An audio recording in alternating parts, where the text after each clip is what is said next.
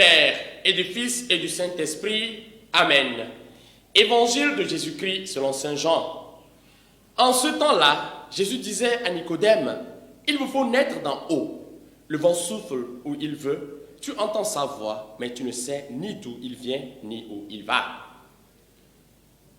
Il en est ainsi pour qui est né du souffle de l'Esprit. Nicodème reprit, « Comment cela peut-il se faire ?» Jésus lui répondit, « Tu es un maître qui enseigne Israël et tu ne connais pas ces choses-là. Amen, amen, je te le dis. Nous parlons de ce que nous savons. Nous témoignons de ce que nous avons vu. Et vous ne recevez pas votre témoignage.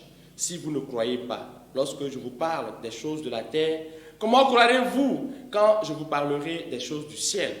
Car nul n'est monté au ciel, sinon celui qui est descendu du ciel, le Fils de l'homme.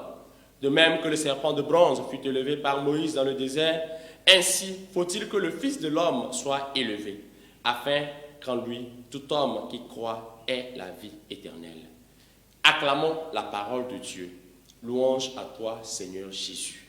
Chers frères et sœurs, nous sommes au 12e jour de la 12e semaine de Pâques et nous continuons de lire cet évangile du 3e chapitre de Saint Jean où Jésus continue son dialogue avec Nicodème.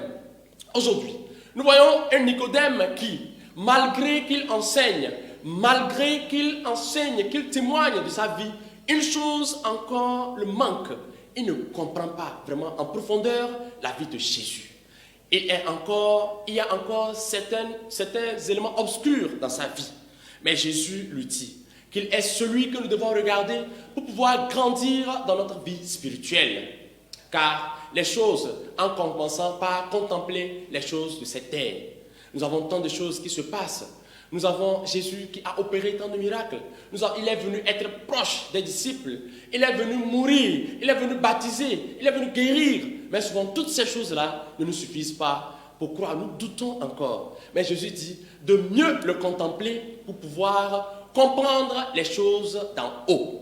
Car lui-même, il est descendu. Il est celui qui est descendu du ciel. Et si nous ne faisons pas référence à lui, alors nous ratons beaucoup de choses. Nous manquons beaucoup de choses. Jésus est le maître spirituel par excellence, celui que nous devons regarder et nous devons contempler. Comme à Nicodème, Jésus voudrait que nous puissions grandir dans notre foi en commençant par grandir dans la connaissance de ce qu'il est venu accomplir sur cette terre. Aujourd'hui encore, nous avons l'Eucharistie, nous célébrons l'Eucharistie. Dieu continue par guérir, Dieu continue par opérer des miracles et des merveilles dans la vie de nos frères. Est-ce que nous attendons encore voir autre chose qui vient du ciel? Non. Dieu, Jésus, à travers Jésus, continue par agir.